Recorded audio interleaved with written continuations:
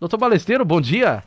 Bom dia, Marquinhos, bom dia, Flávio, Bom dia. Vini. O Vini tem uma letra de médico, de dentista. Sabe que a gente aprende na faculdade a não escrever corretamente. Tanto que agora os receituários obrigatoriamente têm que ser Digitados, né? digitados, porque a letra minha como profissional de saúde é muito ruim. Você poderia ser um profissional de saúde, Vini. Bom dia a todos que estão nos ouvindo, a Kathleen que me acompanha. O Acolher, né? Trabalho muito importante que faz o Acolher, o Sérgio, a Marlete, parabéns, né, por mais um ano de vida ao Acolher. E estamos aqui para falar sobre a pandemia. E não é o maior dos nossos problemas, o maior dos nossos problemas são os que estão aqui todo dia. Eu estava falando para o Flávio, marco regulatório de saneamento básico por ser aprovado. 103 milhões de brasileiros não têm acesso ao saneamento básico, Marco Júnior. A senhora, o senhor que estão me ouvindo, 15 milhões de brasileiros não têm acesso à água potável. Que coisa, Não, perdão, 35 milhões de brasileiros não têm acesso à água potável. 35 milhões, tá? Olha só.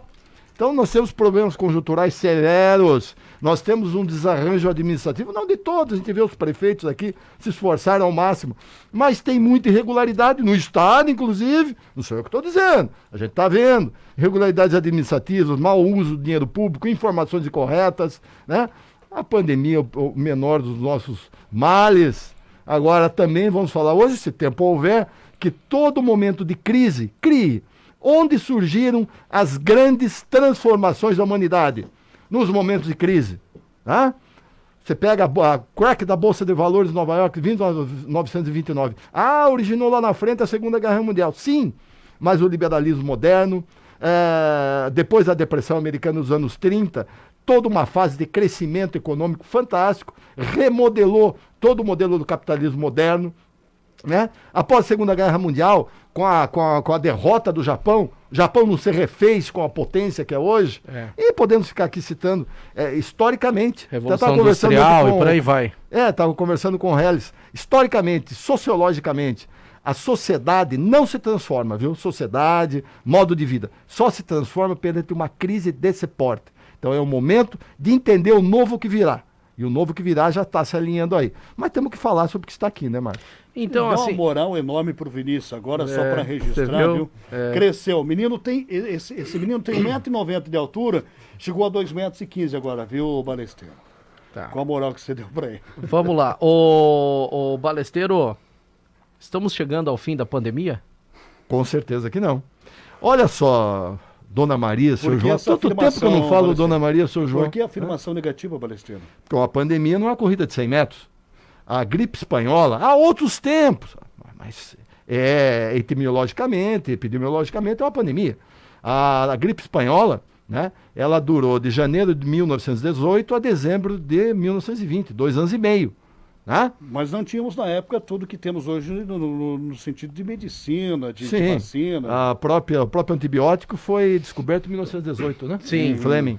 Mas teve muitas evoluções, inclusive. Olha só, situação de crise faz evoluir tudo, inclusive a medicina. Mas ocorrem transformações. Descobriu a penicilina na época, né? Isso, Fleming. Tá, penicilina. Isso. Eu falei penicilina. Em busca de uma medicação, acabou achando outra. Fungos. Olha só. Através de fungos que estão ali no mofo e tal, você descobriu a penicilina. Mas vamos lá. Uma pandemia, tá? Isso daí é científico. Uhum. Ela tem fases. Então, vamos pegar aqui o Brasil.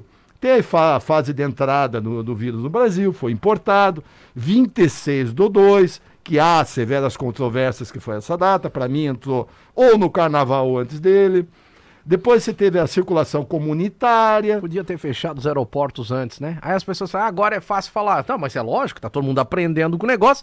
À medida que vai se desenrolando, você fala, isso aqui era o caminho, esse aqui não é o caminho. Mas foi falado o caminho. Mas vamos chegar lá, Tá. Vamos ver primeiro qual é a pandemia. Então, olha, teve a fase de circulação comunitária, depois você tem a fase de crescimento. Então, ó, por exemplo, Santa Catarina, né, tá entrando, me parece que vai entrar ou está entrando na fase de crescimento. 3 a 4 semanas de fase de crescimento, onde o vírus, onde o nível de contágio aumenta de maneira acelerada. Tá? 4 a 7 semanas dura isso. Daí ele chega no pico, que fala. Pico não é fase de crescimento, pico é platô. É quando chega no máximo. Esse platô aqui no estado deverá ser alcançado quando, Balesteiro? Olha, meu amigo, só Deus sabe. Porque se não faz testagem, você não tem informações maiores. Você trabalha numa escuridão absoluta e na bola de cristal do governador. Eu acho que é forte. Alguns acham. Eu acho mas, que não. Ô, Balesteiro, então vamos lá. Não se faz testagem. Mas é só concluir aqui Tá. as fases. Então nós vamos falar depois do intervalo das testagens. Tá, daí você tem a fase de crescimento. Você chega no platô. Tá? O platô é quando chega no máximo da fase de crescimento. Não é a fase de crescimento. Platô é máximo, pico é máximo. Chegou no pico, tá? Como é que você identifica o pico? Se identifica tecnicamente, se fizesse testagem, tá? Pela taxa de reprodução do vírus. Tá? Um contagiado, ele contagia 3, não é? Isso. Quando ele começa a contagiar menos de 1, menos de 0,8, ele já chegou no platô e começa a desacelerar. É o que está acontecendo, por exemplo. Aí começa o que chama-se a imunização do rebanho. Não ainda. Não ainda. Desaceleração. Tá. A desaceleração é uma outra fase. Tá. Daí o que acontece? Daí você no Nordeste está acontecendo isso. Isso. Por exemplo, Manaus Amazonas. está com 0,85. Então já está desacelerando, tá? Então você já sabe que já passou do pico. Já Lá. tá fazendo aceleração. O Brasil é um país muito continental, Depois né, gente? você É vai ter a incrível. fase de imunização. Tá. Tá? Do rebanho. Do rebanho.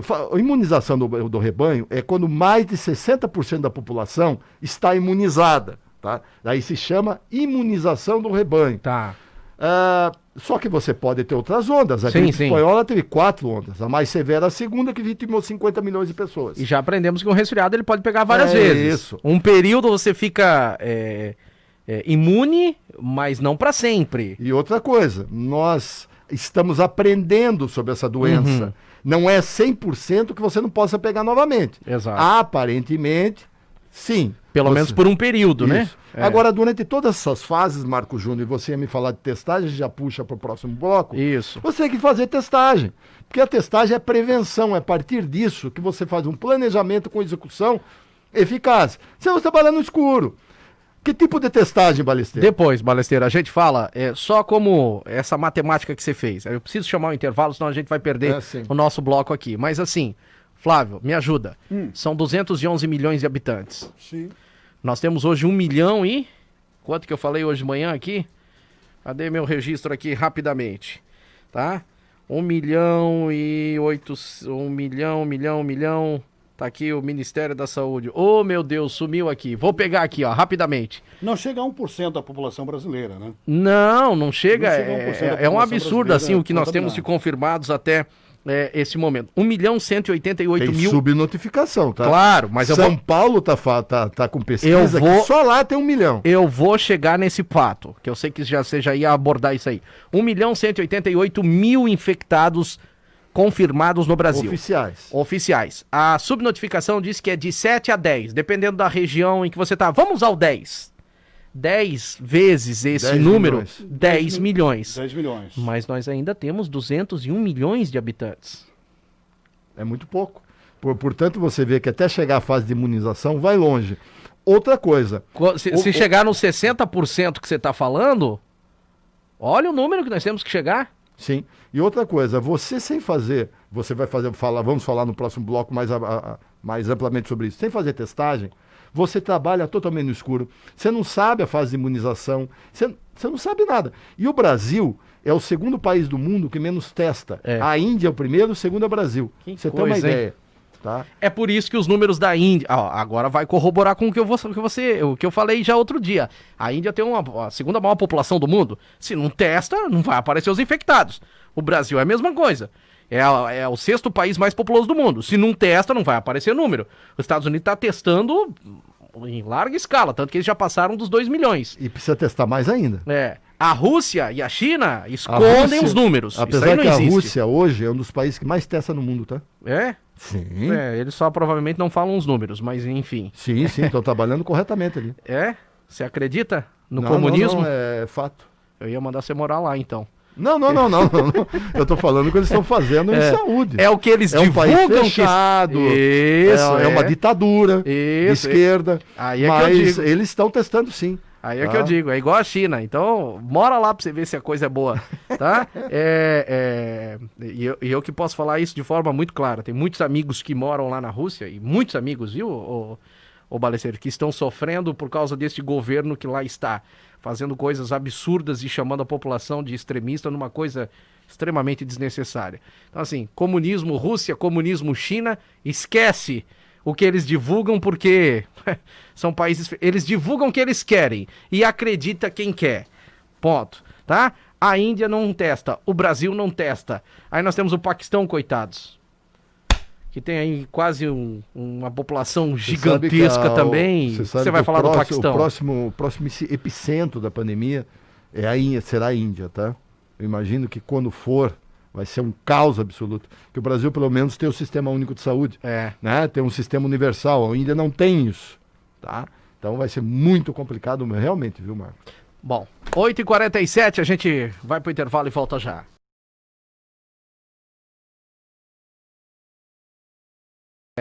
Nós temos os números atuais da Covid no mundo, né? 9.394.558 pessoas estão confirmadas, atualizado há menos de uma hora, tá? Essa é uma fonte do Wikipedia, que está na internet, todo mundo tem acesso.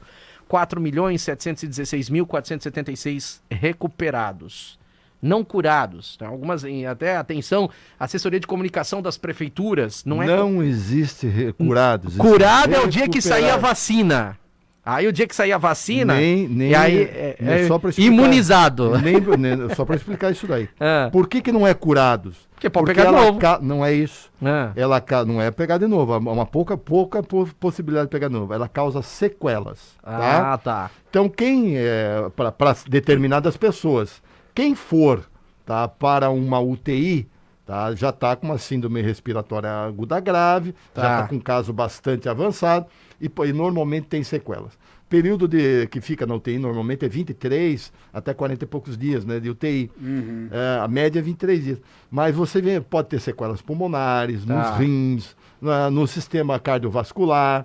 Por isso que não é curado, porque você está entendendo essas sequelas e quanto essas sequelas podem ser permanentes ou podem levar a óbito, inclusive. Como a doença começou agora, né, você vai entender isso em 2, 3, 4, 5 anos. É uma então, sequela da própria doença, não pela utilização do equipamento. Mesmo que você tivesse a vacina é para imunizar, para você não vir a pegar. Não depois que você pegou. Claro. Vai continuar a ser recuperado. Eu até entendo quem coloca curado para trazer alguma coisa possível, mas está errado. Isso. A OMS preconiza... A terminologia está errada, né? É isso. Você não pode dizer que está curado. Isso é um erro. Por isso que até alguns boletins que a gente recebe, são assessorias de imprensa da prefeitura, vocês são jornalistas formados, pessoal entendido, recuperados, não são curados. Aqui a gente usa o curado para a pessoa poder entender um pouquinho melhor, né? Marcos. Só deixa eu atualizar então, 481 mil mortes ao redor do mundo, tá? Isso são dados registrados, por exemplo, os Estados Unidos chegou a 2.427.000. Tá? Nesse momento, é o país que mais tem confirmados. O Brasil vem em segundo, 1.192.000. Aí depois vem a Rússia, 613.000, a Índia, 473.000. Olha os países mais populosos do mundo aqui, que eu já venho falando há muito tempo. Obviamente eles estariam na ponta, não tem jeito. Rússia desconsidera porque esconde, então ela só coloca o que eles querem, tá? Eu não acredito nesses números que vêm da Rússia. E a China... A China continental, 83.449 casos. Tá lá embaixo do Paquistão, que deveria estar um pouquinho mais em cima ali também, mas talvez não tenha tantas condições. Você fala da ampla testagem. Sim. Testar como? E de que jeito? Porque não tem como não falar, gente. Nós vamos receber aqui o Flávio, o prefeito Paulinho, na segunda-feira. Nós vamos perguntar para ele como que está sendo seguido essa ampla testagem no município de Bombinhas, tá? Que ele tem divulgado recentemente nas suas lives, nas redes sociais. Testa como, de que jeito, porque até alguns ouvintes perguntaram, olha, eu cheguei no centro de triagem com sintomas, eu tô com gripe, eu tô com tosse, eu tô com arranhando o nariz, eu tô com dor no corpo, Balesteiro. Testa ou não testa? Bom, Marcos, vamos entender primeiro uma coisa, tá? Pra gente entrar em teste, a gente tem que entender uma coisa. Continua a atingir 20% da população mais intensamente. Não é o apocalipse, Dona Maria Seu João. No pico da pandemia, quando você chegou no máximo de casos, naquela fase de crescimento, pode ter outras ondas, 1% da população vai ser atingida mais intensamente. Em Santa Catarina, você tem 7,7 milhões de habitantes. Isso. Então, 700 mil habitantes vão ser atingidos. Vão ser contaminados, tá? No pico da pandemia. Em tese é isso. Poderiam... É um geralzão. 700 mil. Vamos supor, desse 1%, 14% vão precisar de ambiente hospitalar. Certo. Daí nós teríamos... 14% de 700 mil. 100 mil pessoas, tá? Um pouquinho mais, mas é. Isso. Isso é o número geral. 100 mil precisariam em pico de pandemia. Tá. Desses 100 mil, 24% precisariam de UTI, 2.400. Por isso que o governador fez no início da aquele pandemia... Cálculo das 2.500. 2.400 leitos de UTI. 2.500 ele chegou a anunciar. Isso é um cálculo genérico. Tá. Genérico, geralzão. Tá? Quem trabalha com isso, tá? É porque não faz testagem. Trabalha com o empirismo, trabalha em laboratório. Quem trabalha em laboratório, quando vem para a realidade, tá? Tem um choque de realidade.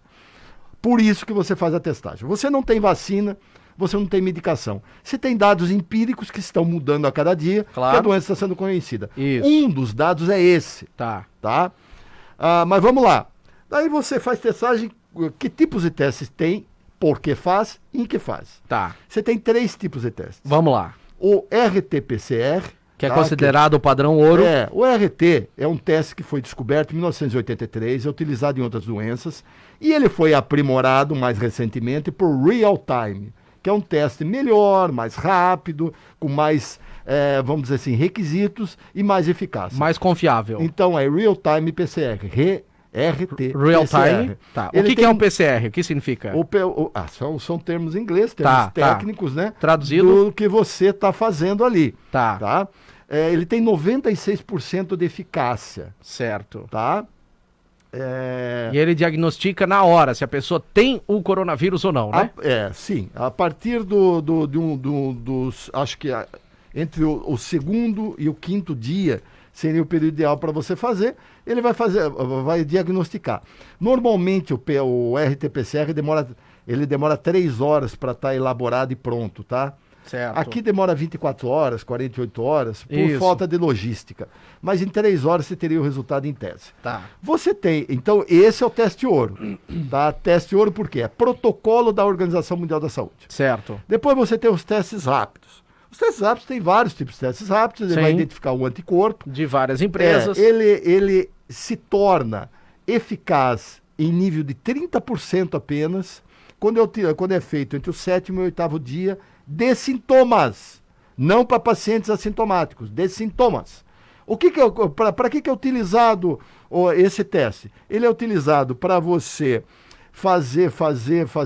monitorar os atores da área da saúde, médicos, enfermeiros, para você fazer, por exemplo, uma amostragem de bairros, para você poder planejar. Então você vai num bairro, você pega pessoas sintomáticas e faz a testagem, para você ver o que você tem de sintomas, o que você tem de contaminados, enfim. Ou seja, você fazer uma amostragem. O que Bombinhas está fazendo não é errado. Ele está indo em regiões, testando a população. Ele não pode... Deixa eu terminar, daí eu vou chegar lá. Que já é 9 horas. Não é só ele que está errado. Está errado também aqui Nós já invadimos o horário da Rúbia. Olha Nós temos só. que entregar para ela. Você ainda tem o teste sorológico que você usa na fase de imunização, o mais conhecido ELISA, Isso. que você vai identificar com eficácia também o anticorpo. Que os jogadores de futebol estão usando muito agora. Porque tem um amparo ao redor. Isso. O teste rápido tem um protocolo aqui do governo do estado que aceita o teste rápido, tá certo? Como comprobatório. Isso é errado, porque ele não tem eficácia. Você fazer, como está sendo feito em larga escala em Bombinhas, eu entendo como errado. Para você utilizar o teste rápido dentro das diretrizes dele, sabendo que tem baixa eficácia, para você ajudar em planejamento é uma coisa. Para você identificar como contaminados, para você ter ele como base, para você ter ações de combate, eu vejo como absolutamente errado. Porque seria, doutor, se a gente pegasse o teste rápido como o prefeito está fazendo, chegar num bairro, testar toda a população do bairro. Olha, deu Primeiro X... você não vai testar toda a população, é só sintomático a partir do 7º dia. Mas não é isso que está acontecendo. Então tá falando uma bobagem do tamanho Mas do eu vou usar, vamos lá, chegamos num bairro e testamos todo mundo, certo? Testamos todo mundo, opa, do bairro aqui foram testadas essas pessoas. X números foram confirmados segundo o teste rápido. Manda pro RT-PCR. Quem estava preconizando, quem montou um trabalho nesse sentido, estava preconizando isso, é a Univale. Eu já até comentei com você, eu acho absolutamente errado. De fazer pesquisas por bairro, testando sintomáticos e assintomáticos. Certo. Com teste rápido.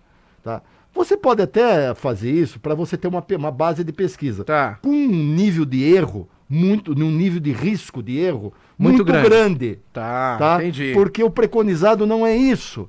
Ponto. Aqui na nossa região, eu já falei para você também, tá tudo errado. O governador tá trabalhando em bases insólitas desde o início, fez um distanciamento social sem ter elementos para isso, e você tem elementos a partir da testagem, não fez testagem até hoje, não preparou o sistema. Essa situação das UTIs, elas são maquiadas, tá? Porque você tá computando UTI SUS e suplementar, você não sabe o quantitativo de pacientes de outras doenças ali, tá? Então, tem como você mexer, eu mandei até um trabalho para você mexer em leitos de UTI, tá? É muito fácil, e usar isso como dados é um absurdo. Ponto. Aqui na região da Anfre, o que eu indicaria? Você tem uma ferramenta fantástica, que é o Consórcio de Saúde da Anfre, que não é utilizado devidamente.